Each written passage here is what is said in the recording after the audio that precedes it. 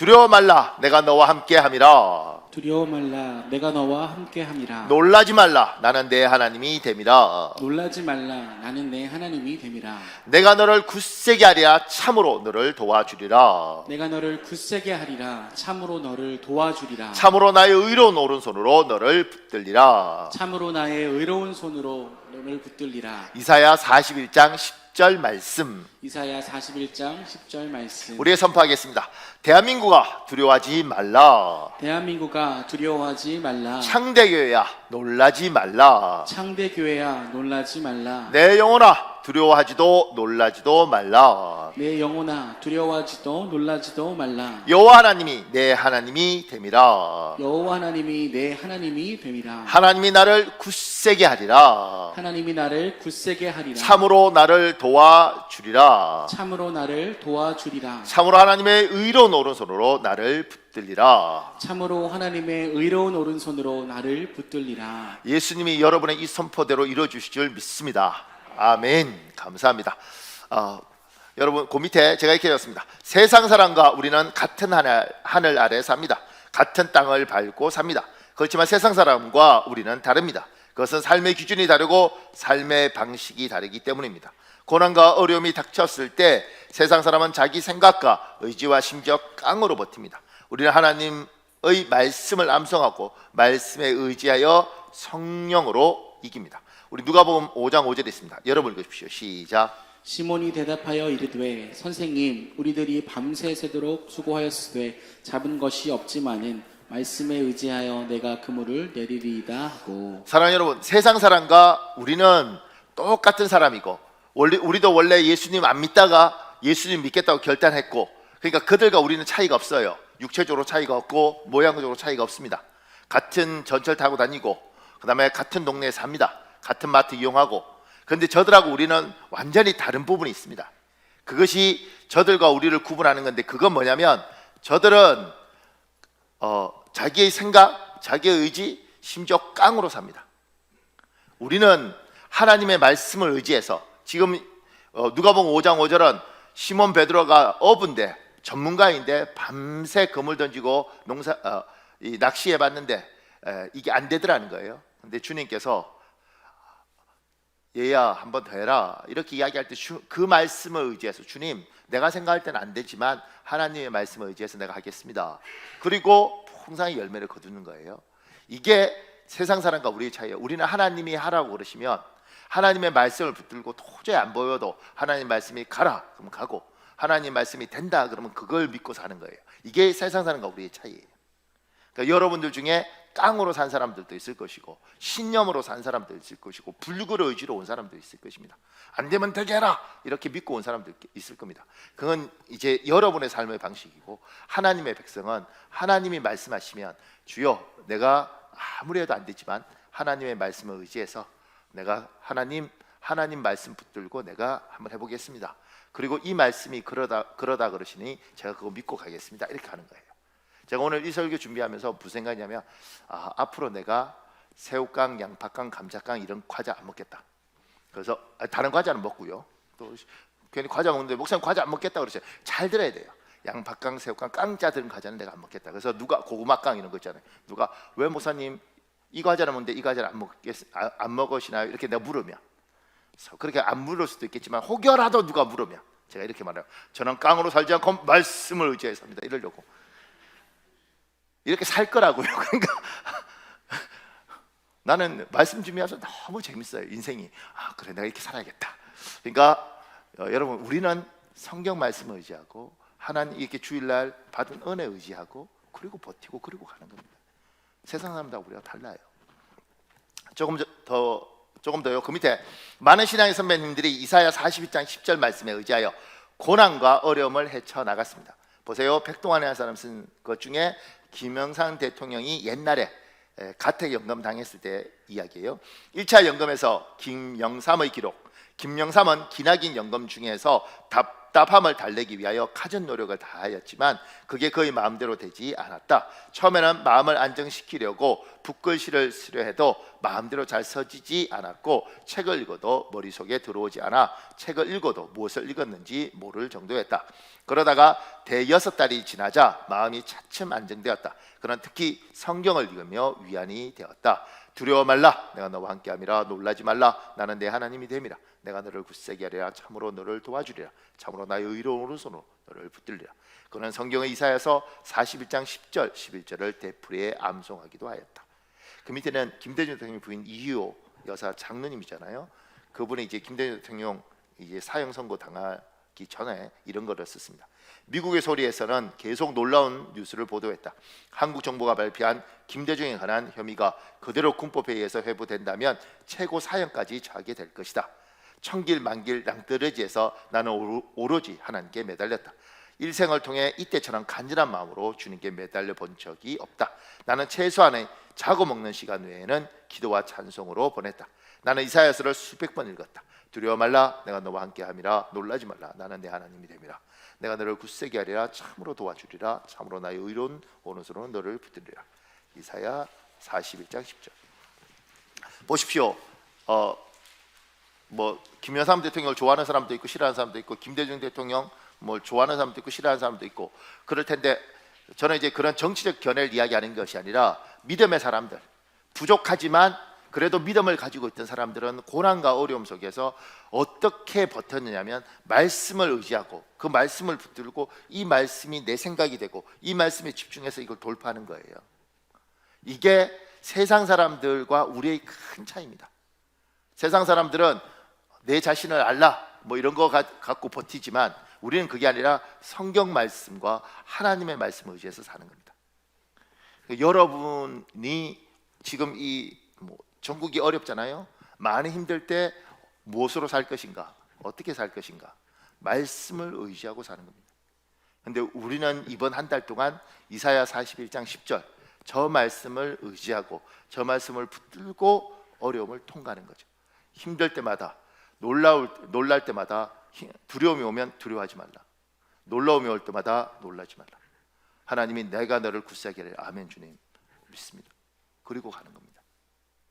여러분에게 이렇게 성령께서 도우셔서 말씀을 의지해서 살아가시길, 그렇게 가도록 만들어 주시길 예수님 이름으로 축복합니다.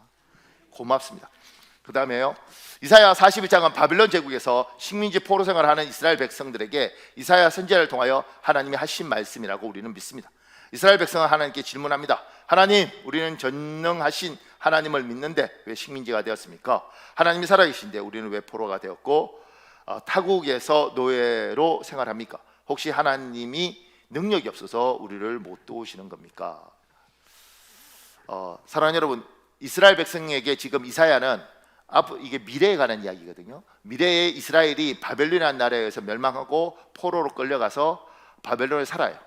그 노예 생활을 하면서 살던 이스라엘 백성을 향하여 이사야가 앞으로 일어날 일임에도 불구하고 선언하는 거죠. 뭐라고 이야기하냐면 하나님께서 너에게 이렇게 말씀하신다. 근데 그렇게 말씀하신다. 얘야, 내가 너를 돕고 너를 굳세게 하리고 두려워하지 말고 놀라지 말고 이렇게 이야기할 때 이스라엘 백성 속으로는 무슨 생각이냐면 우리는 전능하신 하나님을 믿는데 우리는 망했어요. 전쟁에 졌어요. 우리는 포로로 왔어요. 근데 하나님, 우리 하나님 믿는데 우리 하나님이 정말 능력이 있습니까? 정말 전능하십니까? 근데 왜 우리를 안 도와주시죠? 이 질문 여러분도 하시잖아요. 하나님 살아계신데 왜 내 가족 중에 누가 아픕니까? 왜 내 아이가 대학을 떨어져야 되고 그리고 우리에게는 이렇게 힘든 일이 생깁니까? 하나님 살아계시면 그냥 한번 해주시면 되지 않나요? 왜 그러시죠? 진짜 능력은 있으십니까? 이런 질문들을 우리 할 수 있지 않습니까? 그 밑에 이사야 40장 25절에서 26절에 있습니다. 여러분 읽으십시오. 시작.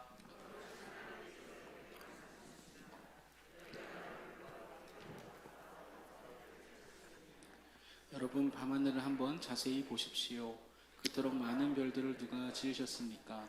여호와께서 그토록 많은 별들을 군대처럼 배치해 놓으시고 하나하나 이름을 불러 항상 점호하십니다. 권능이 무한하시고 힘이 강하신 그분은 어느 별 하나도 빠뜨리는 것이 없습니다. 거룩하신 하나님께서 그렇게 질문하는 이스라엘 백성에게 지금 이사야를 통해서 말씀하시는 거죠. 너희가 나를 누구와 비교하여 나와 똑같은 일을 찾을 수 있느냐. 이게 굉장히 우아하게 읽어서 그런 거죠. 사실 하나님은 이때 화나셔야죠. 열받으셔야죠. 너희가 지금 누구하고 나를 비교하느냐? 내가 그 비교 상대가 될 것 같으냐? 내가 누군데? 내가 어떤 하나님인데 너희가 그걸 의심하고 그 부분에서 질문할 수 있느냐? 하나님 이렇게 말씀하시죠. 그 밑에는 이사야가 하는 거예요. 이사야 뭐라고 하냐면, 그렇게 의심하는 여러분, 밤하늘을 한번 자세히 보십시오. 저 많은 별들을 누가 지으셨고, 하나님이 그 많은 별들을 사실 하나하나 점호하듯이, 군대에서 병사들 세듯이 그렇게 하나님 만드셨습니다. 여러분과 내가 믿는 하나님, 세상 사람들이 볼 때는 힘없어 보이고 우스워 보이고 지금 상황이 하나님 살아있어? 진짜 있으면 이럴 것 같아? 이렇게 말을 하지만 우리 하나님은 전능하신 하나님이고 그 하나님이 세상을 만드셨던 하나님이고 그분은 이 땅에 저 하늘의 별 하나하나 일일이 다 세시고 일일이 점호하시는 하나님이십니다. 우리 하나님은 그런 하나님입니다. 이렇게 이야기하는 거예요. 여러분과 제가 이 땅에 살면서 세상 사람들이 우리 하나님 비웃죠. 우리 하나님 우습게 볼 때도 있죠.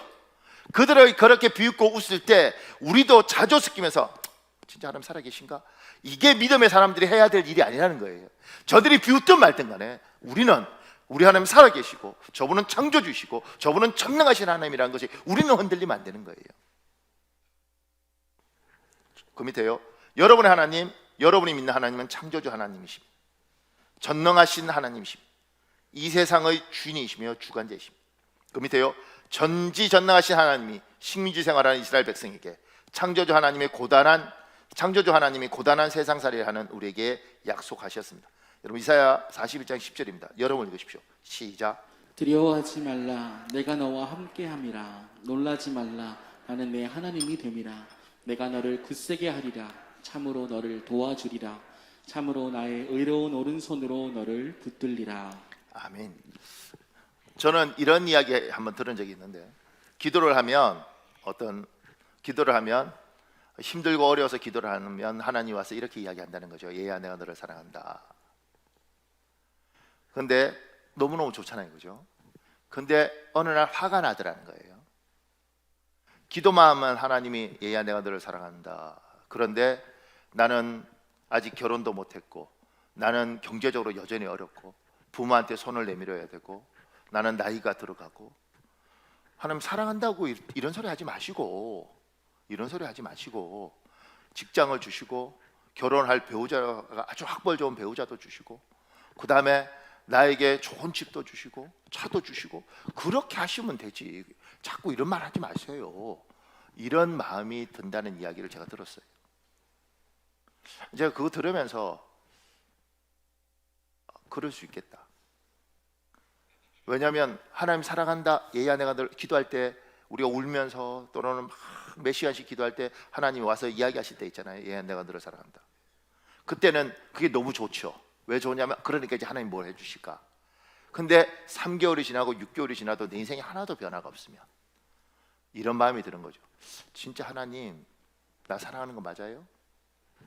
그리고 하나님 전지전능하는 하나님이라고 그러셨는데 왜 이거 놔두세요? 하나님 살아계신 거 맞아요? 인간은 이렇게 의심이 들더라는 거죠. 이게 모태신앙이든 아니면 교회에서 직분이 높든 심지어 목사도 연단을 많이 받고 때로는 3년 5년 고생하다 보면 하나님 내가 살아있는 건 믿는데 하나님 정말 능력 있는 하나님 맞습니까? 하나님 이거 풀 수 있는 능력이 있긴 있습니까? 이런 질문을 하게 되더라는 거예요. 사람은. 그때 하나님이 제가 그 밑에요. 하나님의 이 약속의 말씀을 의심하는 사람이 있습니다. 내가 너와 함께하리라. 내가 네 하나님이 되고 내가 너를 굳세게 너를 도와주고 너를 붙들다. 이 말씀은 의심이 되는 거죠. 믿음이 좋은 사람도 삶이 고단하면 이 약속의 말씀에 의문이 듭니다. 하나님은 단호하게 말씀하십니다. 약속의 말씀에 흔들리면 삶은 흔들립니다. 약속의 말씀을 의심하면 불행이 우리 인생 문 앞에 웅크립니다. 그래서 하나님은 강하게 말씀하십니다. 우리 이사야 42장 14절 여러분 읽으십시오. 시작. 버러지 같은 너 야곱아, 너 이스라엘 사람들아, 두려워하지 말라. 나 여호와가 말하노니 내가 너를 도울 것이라. 내 구속자는 이스라엘의 거룩한 이인이라. 성경에 그냥 영어로 웜 이렇게 해서 버러지 같은 이렇게 이야기를 하는 거죠. 버러지 같은, 이거 우아하게 이야기한 거예요. 근데 다른 성경에는 밑에 제가 적었잖아요. 지렁이 같은 야고바. 근데 제가 봤던 성경 중에서 가장 적극적인 표현이 이렇게 됐어요. 야, 이 구더기 같은 이스라엘아, 이렇게 이야기해요. 하나님이 우리들 중에 누군가가 하나님 진짜 살아계신 거 맞아요? 하나님 진짜 능력 있는 거 맞아요? 우리는 왜 포로 생활을 해야 돼요? 우리는 왜 이렇게 어려워야 돼요? 우리 하나님 있는데 진짜 늘 힘들고 어려워요. 하나님 살아계신 거 맞아요?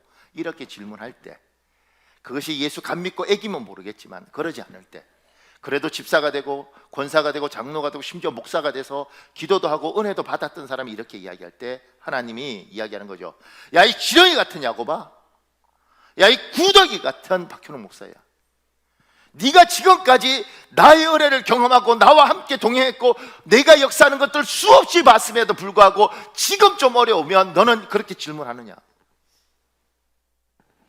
네가 내가 살아있는 것도 모르고 네가 나를 경험한 적도 없고 네가 아무것도 모르는 철부지가 아니라 네가 신앙생활을 하면서 때마다 나의 응답을 경험했고 너 그 힘든 생활 속에서 10년 20년 영적 전쟁을 치르면서 이만큼 안 얻고 이만큼 승리해놓고 지금 좀 뭔가 풀리지 않는다고, 지금 좀 어렵다고 하나님 살아계신 건 맞아요? 나 사랑하는 건 맞아요? 이렇게 투덜거리는 너의 모습아, 하나님이 이렇게 질문하는 거죠. 그러니까 사람이란 존재가 참 약한 건 제가 이렇게 보면 참 약하기도 하고 아쉬운 것도 많아요. 근데 믿음의 사람들은 내 인생의 족적을 살펴볼 필요가 있습니다. 내가 누구였는지, 내가 어떤 사람이었는지, 그리고 내가 예수를 믿고 5년, 10년, 15년, 20년 하나님 이끌어오면서 하나님이 나를 어떻게 만드니, 하나님이 나에게 필요한 것들을 채우시고 나를 다듬으시고 나를 하나님 사람으로 세웠으면, 그렇게 20년, 30년 왔으면 너 정도 믿음이면 그런 말 하면 안 되지. 네 환경이 아무리 어렵고 네 상황이 아무리 어려워도 그런 말 하면 안 되지. 네가 옛날 너 인생이 어떤 인생이었는데. 근데 우리는요 잊어요. 제가 이제 우리 성도들하고 이렇게 하다가 저한테 와서 목사님 힘든 이야기 쭉 할 때 있죠. 제가 봐도 힘들 것 같아요. 근데 제가 이제 그 사람들한테 이런 이야기 하죠. 집사님, 나는 11년 전에 집사님을 똑똑히 기억합니다. 이를테면 그때 남편이 당신 두들겨 패고 애 집 나가고 먹을 것도 없고 스스로 생각할 때도 바들바들 뜨면서 나는 제정신이 맞나, 이렇게 생각하던 당신을 생각한다. 예를 드는 거예요. 지금 남편이 집 나가고 때리는데 야, 저 누구지? 이렇게 하지 말고. 그러니까 우리 교회에 힘들었던 사람들 많이 있죠.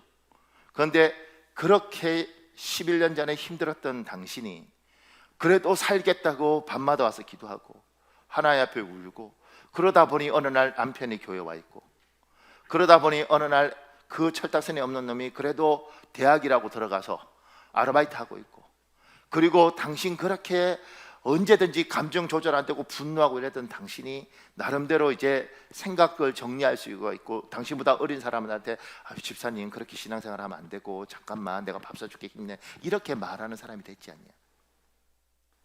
당신을 이끌어 오신 하나님, 나는 11년밖에 못 봤지만 당신의 인생을 20년 전부터 아는 사람은, 30년 전부터 아는 사람은 당신을 이끌어 오신 이 하나님의 인생을 쭉 보면 당신 정말 하나님이 많이 축복하시고 정말 하나님이 많이 복 주시고 갑부가 되고 재벌이 된 건 아니지만 당신 인생, 당신 스스로도 야, 참 내가 하나님 안 믿었으면 이 가정 다 깨지고 가족들 뿔뿔이 흩어졌을 텐데 내가 그래도 이만큼은 사는 건 은혜다. 그런 당신은 하나님 앞에 하나님 살아계십니까? 나 싫어하는 거 아니에요? 왜 그러세요? 나 삐질 거예요? 나 예배 안 드릴 거예요? 나 봉사 안 할 거예요? 이런 말 하면 안 된다는 거죠. 다른 사람은 그래도 너는 그러면 안 되는 거지. 너는 그러면 넌 진짜 구더기 같은 거지. 은혜를 잊어버리는 자, 하나님이 함께 하신 걸 잊은 자, 하나님이 우리가 갓난아기 때는 애일 때는 다 봐주지만 하나님이 이렇게 말해요. 너는 그러면 안 되지. 너는 그러면 안 되지. 딴 사람은 그래도 너는 그러면 안 되지. 이건 하나님이 저한테 하실 때가 있어요. 저한테 박 목사, 다른 목사 다 이렇게 해도 너는 그러면 안 되지. 박철웅이 너는 그러면 안 되지. 네가 어떤 상태에서 내가 너를 목사 만들고 내가 너를 도왔고 내가 너를 축복했는데 너는 그러면 안 되지. 딴 사람은 그래도 너는 그러면 정말 너는 버러지 같고 너는 구더기 같은 놈이다. 이렇게 하나님 말씀하시죠. 너는 그러면 안 되지. 너는 은혜를 알지 않냐? 내가 너와 함께 어떻게 왔는데 너는 그러면 안 되지. 너는 그러면 안 되지.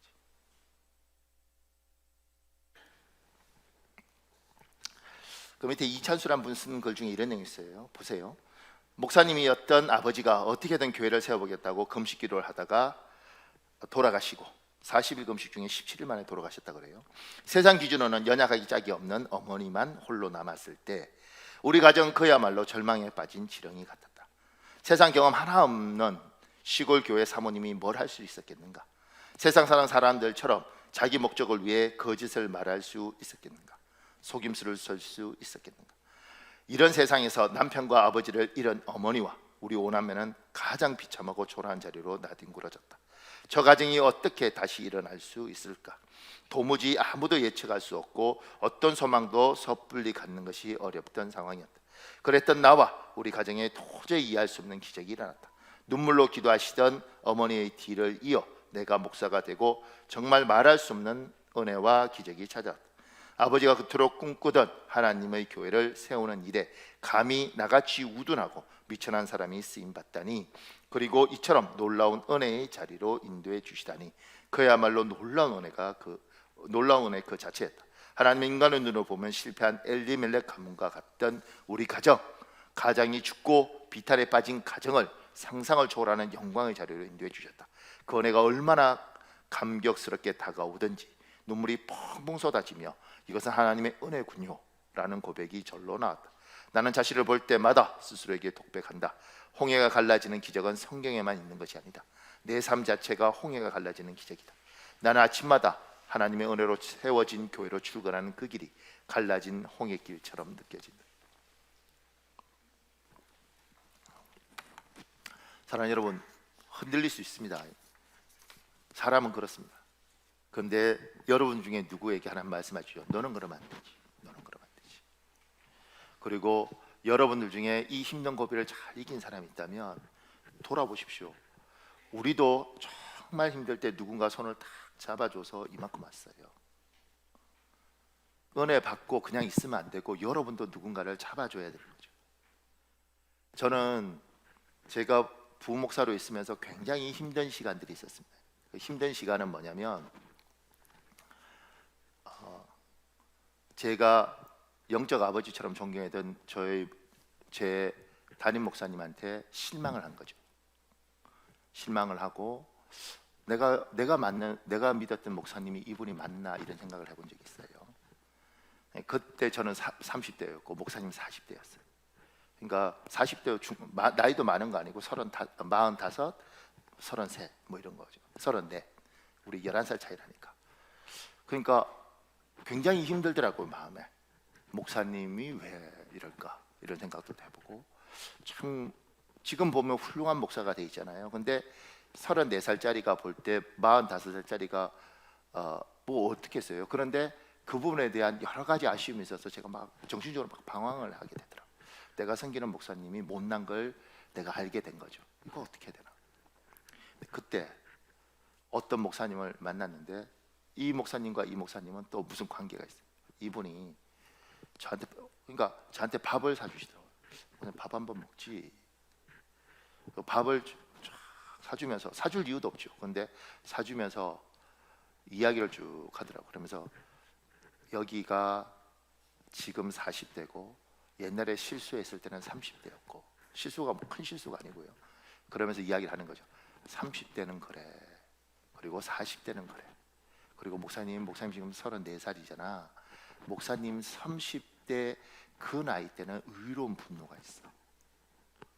근데 그것이 40이 넘어야지 정리가 된다. 그러니까 지금 그 분노를 표출하지 말고 30대 의로우니까 그걸 잘 컨트롤하고 지냈으면 좋겠어. 그리고 딱 한 번 밥 사주고 고기 사줬어요. 쫙 하고 다시는 안 만나주더라고요. 전 만나고 싶었는데. 근데 아주 별거 아닐 수 있는데 그 하나가 저에게 인생의 큰 고비를 넘게 했어요. 왜냐하면 내가 30대는 그런 성품이 있다는 걸 30대가 뭘 알겠어요. 왜냐하면 30대는 자기가 제일 똑똑한 거잖아요. 나는 34살에 내가 얼마나 똑똑한데. 그런데 34살에 너무 젊은 목사지만 너무 젊고 혈기가 있다는 걸 알게 됐고, 내가 존경했던 목사님도 40대 중반밖에 안 돼서 여전히 굉장히 열심히 노력하는 사람이지만 한계가 많은 사람이고, 이걸 받아줘야 되고 기다려줘야 된다는 것에 대해서 100% 이해 못했지만 이해를 했어요. 그래서 그 어려운 걸 넘어갔어요. 제가요, 인터넷만 이게 안 되면 내가 상세하게 쫙 이야기해드리고 싶어요.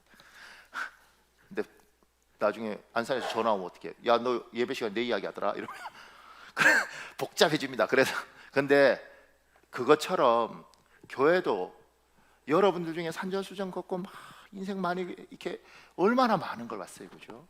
그러면 여러분들이 교회 어른들이 왜 권사 장로 이런 걸 세우냐고, 이거 계급 아니거든요. 그 어른들이 보고 있으면 아이고 저 집사 내 40대 때 저 때 열심히 내가 교회에서 하고 졌는데, 아이고 안수 집사 야 저 때 진짜 열심인데 내가 지금 장로 되고 나니까 야 그때 저거 하면 나는 열심이지만 뭐 사람들 힘들어할 수 있는데, 이런 것들 다 보이잖아요. 밥 한 번 사면서 가르치는 게 아니고 그냥 이야기하는 거죠. 이렇게 기도해주고 그러면서 쫙 이렇게 사는 거죠. 그러니까 하나님, 여러분이 하나님 앞에서 은혜를 많이 받은 사람이라면 그렇게 누군가를 잡아줘야지 그 사람이 사는 겁니다. 좀 스스로는 부족하다고 생각 들지라도 여러분이 어려운 고비를 통과하는 누군가에게 힘이 되는 여러분이 되시길, 그리고 그 어려운 걸 통과하면서 하나님 함께 하셨던 경험이 있는 사람은 그걸 혼자 갖지 말고 공유하는 사람으로 이 영적인 축복을 나눠주는 사람이 되시길 예수님 이름으로 축복합니다. 그러셔야 됩니다. 그래야 다 삽니다. 그리고 여러분은 축복받습니다. 조금 더요. 그 밑에 하나님이 약속하신 말씀을 의심하지 마십시오. 하나님은 우리에게 분명히 약속하셨습니다. 흔들리지 마십시오. 그리고 약속의 말씀을 굳건히 붙잡으십시오. 우리는 말씀으로 사는 사람이에요. 이사야 41장 11절 12절 있습니다. 여러분 읽으십시오. 시작. 보라, 내게 노하던 자들이 수치와 욕을 당할 것이요 너와 다투는 자들이 아무것도 아닌 것 같이 될 것이며 멸망할 것이라. 내가 찾아도 너와 싸우던 자들을 만나지 못할 것이요 너를 치는 자들은 아무것도 아닌 것 같고 허무한 것 같이 되리니. 아멘. 지금 하나님이 이스라엘 백성에게 약속하잖아요. 내가 너를 굳세게 하리라. 내가 너와 함께 하리라 이렇게 이야기했어요, 그죠? 근데 그것만 하나님 함께 한다고 이야기한 것뿐만 아니라 너를 힘들게 하던 사람들에게서 이렇게 이야기하는 11절에 내게 노하던 자들이 수치와 욕을 당할 것이요 너와 다투던 자들이 아무것도 아닌 자 같이 될 것이요 그들이 멸망하고 너와 싸우던 자들을 네가 이제 안 만나도 되고 너를 치던 자들이 아무것도 아니고 허무하게 될 것이다 이렇게 이야기를 해요. 저는 이 말씀을 읽으면서 이런 생각을 했습니다. 하나님 우리를 위해서 복수해 준다 뭐 이런 개념보다 우리가 힘들어도 하나님이 함께 하시는 걸 버티고 우리가 우리 길을 가면 어느 날인가 하나님이 이 수치를 다 모면해주게 다 건너가게 해준다는 거예요. 예를 들면 내가 예수 믿는데 믿지 않는 집안에 시집을 갔어요. 시집을 가서 내가 예수를 그래도 예배드리고 믿는데 집안에 좀 안 좋은 일 생기고 뭐 이렇게 하면 이 시댁 식구 전체가 아이고 예수 믿더니 봐봐라야 이게 뭐니, 하여튼간 저거 교회 다녀서 교회가 집이 재수가 없어지는 거야 이런 이야기. 시어머니가 지나가면서 한마디, 야, 꼭 교회 다녀야겠니? 너 유난스럽다? 이렇게 모욕을 주고, 5형제면 5형제, 3형제면 3형제 중에 그래도 내가 이 집에 시집 와서 내 남편만 예수 믿는데 힘들게, 근데 다른 형제는 다 잘 사는데 우리는 너무 힘들어. 그렇지? 아유 형님 뭐 예수 믿어서 잘 되는 것도 없는데 그렇게 꼭 믿으셔야겠어요? 안 믿는 데가 훨씬 잘 살아요? 뭐 이렇게. 어이구 재수씨 힘들게 예수 믿어서 내 동생 이제 술도 끊고 같이 술도 못 마시게 하더니만 아이고 이번에 애 대학이 어디죠? 나 처음 듣던 대학인데 이렇게 비꼬는 이야기 들으면서 미치는 마음이 있죠. 그들에게 하나님 이야기하는 거예요. 얘야 네가 힘들어도 이 모욕 속에서도 믿음을 가지고 버티면 저들에게 내가 다 저들이 허무하게 만들고 저들을 내가 볼품없는 걸로 만들겠다. 그러니까 믿음으로 이 믿음을 붙들고 살아라. 제가 이 말씀 준비하면서 들었던 것들은 제가 요새 사람 만나면 잘하는 이야기 중에 하나가 이겁니다. 하나님 태어나게 해주, 우리 꼭 예수를 믿어라. 그러면 하나님 이렇게 고백하게 만들 거다. 하나님 태어나게 해주셔서 감사합니다. 한번 살아볼 만한 세상이었군요. 이 말을 하게 할 것이고, 또 하나는 요새 이제 그런 사람들 만나면 이런 이야기도, 이런 기대를 하는 거죠. 집안에서 다 조롱하고 비웃는 그 가운데 당신이 믿음을 지켜서 언젠가는 이 가족들이 어느 순간인가 이거 재수씨 이렇게 될 걸 줄 알았으면 나도 재수씨 따라서 진짜 교회를 갈 걸. 야, 형수 그렇게 믿을 때 내가 조롱했는데 애들 되는 거, 집안 되는 거 보니 참, 형수 20년 전에 교회 가자 그래서 내가 갈 걸. 참 하나님 살아계신 것 같습니다. 진짜인 것 같아요. 이 말을 들었으면 좋겠다. 이건 그냥 나온 게 아니고요. 저희 집안에서 예수 제가 처음 믿었죠. 그리고 저희 그 포항 장기란 곳에 저희 선산이 있는데, 제가 22살에 예수 믿고 이제 증조 할아버지한테 무슨 제사 지내는지 이렇게 올라갔어요. 그러니까 우리 친척들이 한 20-30명 가더라고요. 남자들만 많거든요, 식구들이. 가서 묘지 앞에서 다 절하는데 저 혼자 이렇게, 절하면 안 되잖아요. 이렇게 있었죠. 당숙 뭐 큰아버지, 작은아버지 뭐 다 눈 부릅뜨고 뭐 이렇게 하는 거예요. 눈 딱 감고 버티죠. 우리 아버님 죽을 것 같았을 거라. 왜냐면 자기도 안 믿는데. 아들 성격 아니까 댐비지도 못하고 아버지가 우리 아버지 힘들었을 거라고요. 근데 그냥 있었어요, 이렇게. 근데 왜냐면 나 혼자 믿으니까 전체가 산도 높이 올라가더구만. 거기서 그랬을 때 그 사람들 뭐라고 그랬겠어요? 조상 그따위로 생겨서 네가 복 받을 것 같아. 이런 눈빛들 아니겠어요? 그렇게 30년 지나고 친척들이 저보고 지금 뭐라 그런지 아세요? 아무 말도 안 해요. 왜냐면 내가 목회 때문에 내려갈 시간이 없습니다. 내가 내려가야 되는데 내려갈 시간. 그런데 이제 그러니까 그 사람들은요 세상으로 보잖아요. 뭐 이런 거 보고 어떻게 사는지, 뭐 공부를 얼마나 했는지, 그 다음에 뭐 차는 뭐 타는지, 그걸로 그 세상 사람 다 그렇게 판단해요.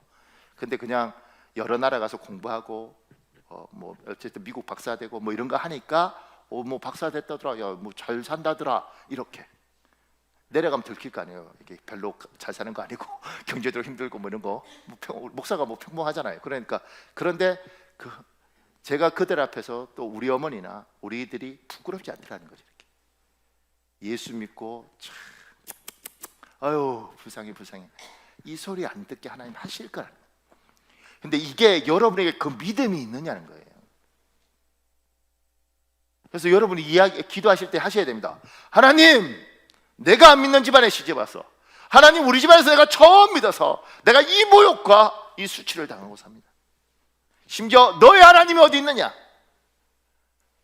그 노래 아십니까? 사람들이 하는 말이 내 하나님이 어디 있느냐 하리니, 그렇게 주야로 눈물을 흘리면서 그 노래를 불러요. 그런데 예수 믿는 사람이 그 하나님 믿고 부지런히 사는 거죠. 이 몸이 부서질 만큼 열심히 사는 거예요. 하나님이 일하실 걸 믿고, 때로는 지치고 힘들어도 부지런히 사는 겁니다. 내 하나님 살아있는 걸 믿고, 어느 날인가 우리가 이 약속 믿고 하나님이 어느 날인가 반드시 내가 이 땅에 살아서 눈 감기 전에 나를 조롱하던 친척들에게 우리 하나님 살아있다고, 내 하나님 살아있다고, 내가 예수 안 믿었으면 얼마나 힘들고 이렇게 살았을지 모르는데 내 하나님 살아있다고, 니들이 비웃던 그 하나님이 나를, 우리 가족을, 우리 집안을 이렇게 만들어 주셨다고, 우리가 갑부는 아니더라도 너희들한테 부끄럽지 않다. 이 말씀을 붙들어야 됩니다. 그리고 기도할 때 우셔야 됩니다. 하나님, 내가 당신의 사람입니다. 내가 예수의 사람입니다. 절하고 싶지 않습니다.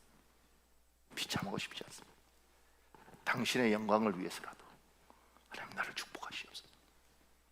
내가 반드시 당신을 높여드리겠습니다.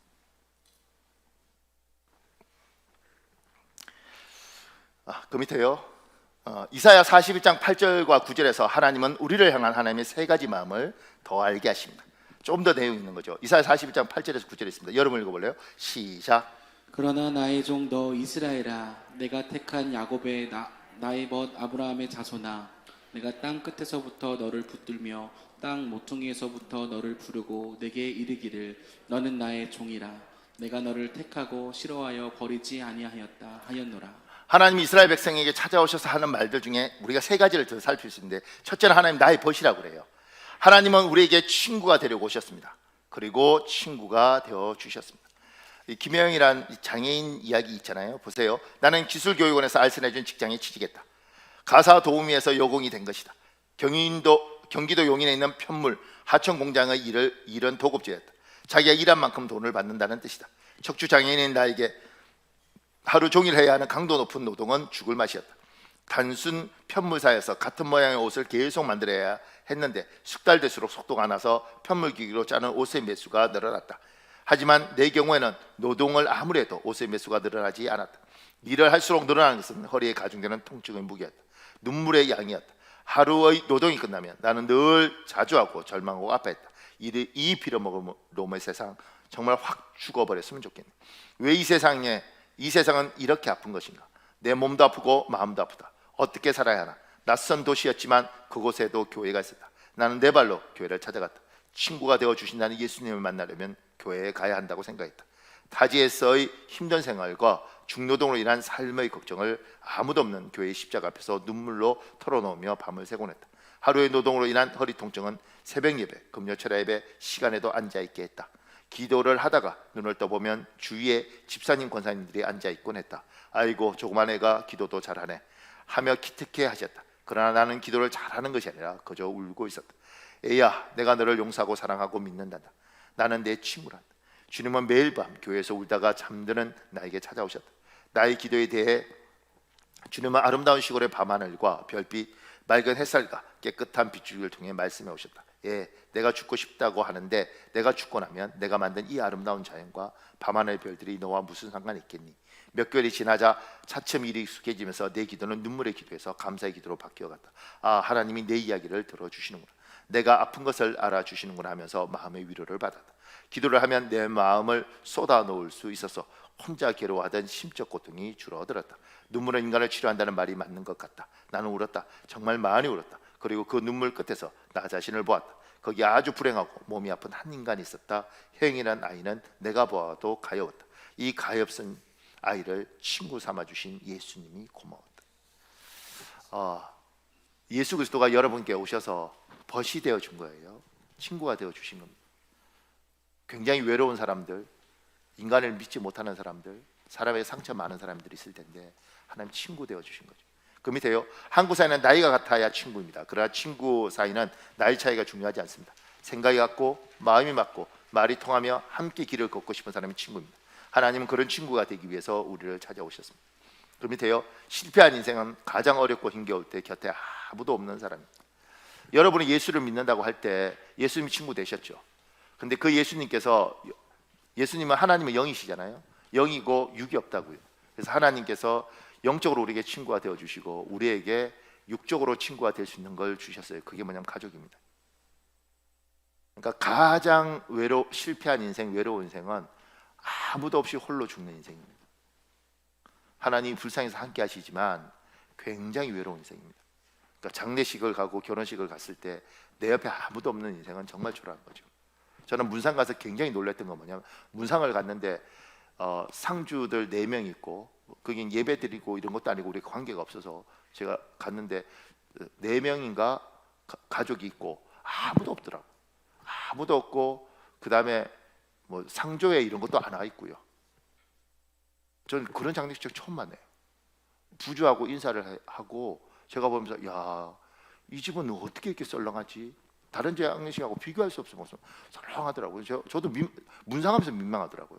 그래서 인사하면서 누구 그 사람으로 왔다고 이렇게 인사를 하니까 그분이 그게요? 그러면서 제가 목사입니다. 그러니까 그분이 그러더라고요. 목사님이세요? 그래서 예. 근데 우리 처제가 교회를 안 다니는데 아니 우리 교인이 맞는? 근데 하여튼 이거 다 옛날 이야기예요. 해프닝인데 우리 교인이 맞는데요? 이러고 제가 했는데 그분이 아닌데요. 그리고 보니까 그 장례식장에 동명이인이었던 거예요. 내가 남의 장례식장 가서 부주하고 그다음에 같이 이야기하는데 우리는 캐톨릭인데 그래요? 막. 그러면서 죄송합니다. 그리고 나오면서 부주 찾아왔어. 아주 옛날 이야기입니다. 근데 이제 그때 제가 그 집 장례식 보면서요, 야, 인생을 어떻게 살았지? 어떻게 살았기에 친척 하나, 일가도 없고 친척도 없고 사람도 없고, 하나님이 우리에게 친구가 되어 오셨고, 그리고 여러분에게 영이신 하나님께서 육적인 친구를 주셨죠. 그게 뭐냐면 아내이고 남편인 겁니다. 그리고 그들을 위해서 하나님이 자녀를 생산해서 친구로 자식들을 준 겁니다. 제가 이런 이야기 했잖아요. 우리 교회는 목사와 장로가 싸우지 않습니다. 목회자와 성도가 싸우지 않습니다. 성도와 성도가 싸우지 않습니다. 성도는 이웃하고 싸우지 않습니다. 집에 가서 남편은 아내하고 싸우지 않습니다. 아내는 아이들하고 싸우지 않습니다. 뭐 이런 이야기 하잖아요. 친구들끼리 싸우지 마십시오. 여러분의 친구고 평생을 갈 거라면 싸우지 마십시오. 그냥 대화하는 거죠. 이렇게 조곤조곤. 그리고 위험하면 말 더 안 하고.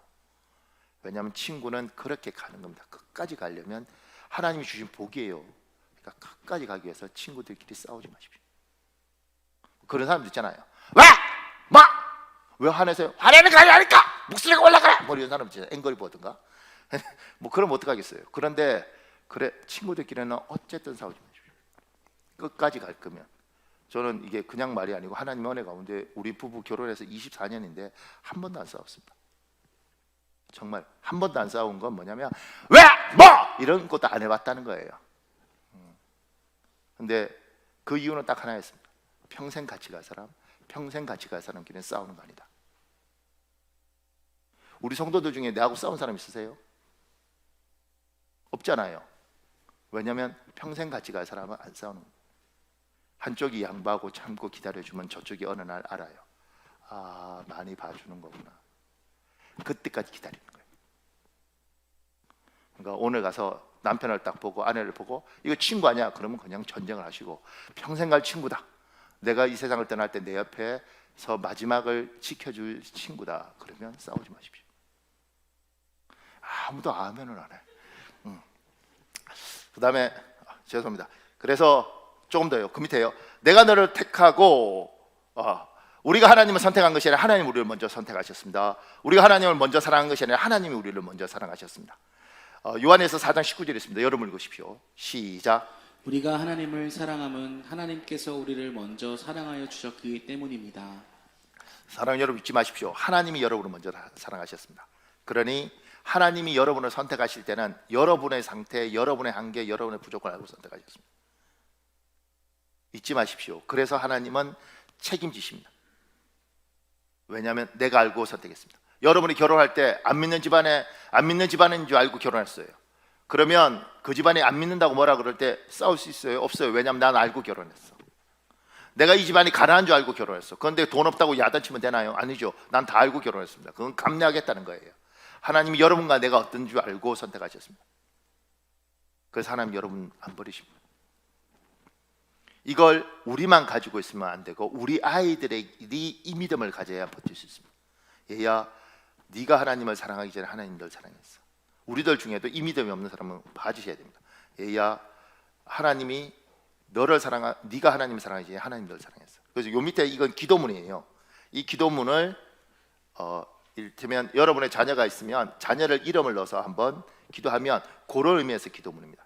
저는 1부 때는 우리 큰아들 했으니까 2부 때는 우리 둘째 아들 이름 넣어서 하려고요. 3부 때는 셋째 아들. 그래야 안 삐지니까. 그 다음에 여러분은 하여튼 여러분 마음에 드는 아들을 하고, 그 다음에 없으면 첫째 아들을 하고, 옆에 둘째가 있으면 둘째한테 잘 보여야 되니까 둘째를 보고 기도. 자, 우리 한번 같이 읽어볼래요? 시작. 은혜와 사랑의 하나님, 우리를 먼저 사랑하시고 우리에게 먼저 다가오신 하나님을 찬양합니다. 사랑하는 박다희를 위해서 기도합니다. 사랑하기 전에 먼저 사랑받고 있음을 깨닫게 하소서. 박다희의 마음을 주님의 사랑으로 가득 채우소서. 인간의 사랑을 채워도 부족하지만 하나님의 사랑은 언제나 우리 영혼을 만족시킵니다. 하나님의 사랑을 충만히 받아 사랑의 사람이 되게 하소서. 박다희 하나님이 주시는 은혜와 사랑을 매일 살게 하소서. 십자가의 위대한 사랑을 알게 하시고 날마다 십자가의 사랑에 감격하며 그 사랑의 힘으로 살아가게 하소서. 하나님의 크신 사랑에 빠져 즐거움과 평안을 얻는 법을 배우게 하소서. 하나님이 박다희를 사랑하심을 믿게 하시고 영적으로 느끼게 하소서. 하나님의 사랑을 갈구하게 하시고 하나님의 사랑을 받는 사람으로 자라게 하소서. 박다희 세상의 틀로 빚어지기 전에 하나님의 사랑으로 재창조되는 역사를 허락하소서. 하나님의 사랑이 영혼의 양식이 되게 하소서. 박다희에게 하나님의 사랑을 충분히 부어주셔서 하나님의 생각과 마음을 깨닫는 지혜로운 사람이 되게 하소서. 예수님의 이름으로 기도합니다. 아멘. 그러니까 하나님이 우리를 먼저 사랑했다는 것들에 대한 분명한, 여러분 이건 여러분도 그렇습니다.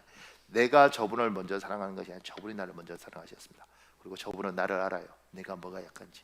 그걸 감내하겠다고 하나님이 우리를 선택하신 겁니다. 그 밑에요, 실어버리지 아니하였다. 사람의 사랑은 변합니다. 그러나 하나님의 사랑은 변하지 않습니다. 하나님은 우리를 먼저 사랑하셨습니다. 그리고 하나님 사랑은 변하지 않기에 우리를 싫어하여 버리지 않습니다. 느헤미야서 9장 17절 있습니다. 여러분 읽으십시오. 시작. 순종하기를 거부하며 주께서 자기들 가운데서 행하신 이적들을 깊이 생각하지 아니하고 목을 굳게 하며 반역하여 대장 하나를 임명하고 자기들을 속박한 곳으로 돌아가고자 하였사오나 오직 주는 항상 용서하는 하나님이시요 은혜로우시며 긍휼이 많으시며 분노하기를 더디하시며 큰 친절을 베푸시는 분이시므로 그들을 버리지 아니하셨나이다. 아멘. 신명기 31장 6절도 있습니다. 시작. 너희는 강하고 담대하라. 두려워하지 말라. 그들 앞에서 떨지 말라. 이는 내 하나님 여호와 그가 너와 함께 가시며 결코 너를 떠나지 아니하시며 버리지 아니하실 것임이라 하고. 아멘. 그 밑에 우리가 하나님 오해하고 거부하고 싫어하고 떠날지라도 하나님 한 번도 자기 스름을 떠나지 않으십니다. 하나님은 그런 분입니다. 사랑하는 여러분, 우리 기도해야 되는데 믿으십시오. 여러분의 하나님은 여러분 알고 선택했고 버리지 않았습니다. 단지 우리의 모난과 우리가 하나님 우리를 안 버린다는 걸 알고 우리가 패역하게 할 때 하나님이 사람의 묘와 인생의 채찍으로 연단을 시키십니다. 그러나 절대 주님은 여러분을 버리지 않습니다. 이 시간에 우리 10분 기도할 겁니다. 10분. 이 시간에 조용히 주여 한번 부르고, 하나님 오늘 주신 말씀 중에 내가 잡아야 될 말씀이 있는데, 때로는 하나님, 내가 하나님이 내 친구가 된 줄 내가 몰랐습니까? 하나님이 나에게 친구로 준 사람들하고 내가 전쟁을 하고 있습니까? 하나님, 그러면 외롭고 실패한 인생이 될 텐데, 하나님, 내가 하나님을 먼저 사랑하는 것이 아니라 하나님이 날 사랑하셨고 하나님이 내가 누군 줄 알고 선택하셨으니, 그래서 하나님이 저를 책임지시고 내가 못난 행동을 할 때도 버리지 않는다는 것이 하나님 믿어지지 않습니다. 정말 믿어지게 해주십시오. 내가 내 깡으로 살았는데 하나님, 내가 말씀을 의지하여 성령의 도우심으로 살겠습니다. 하나님이 곳곳에서 여러분에게 하신 말씀이 있을 텐데 이 시간에 주여 한번 간절히 부르고 우리 기도하는 시간 가지겠습니다. 주여, 아버지 하나님 여호와여 도와주시옵소서. 아버지 하나님 여호와 역사하여 주십시오.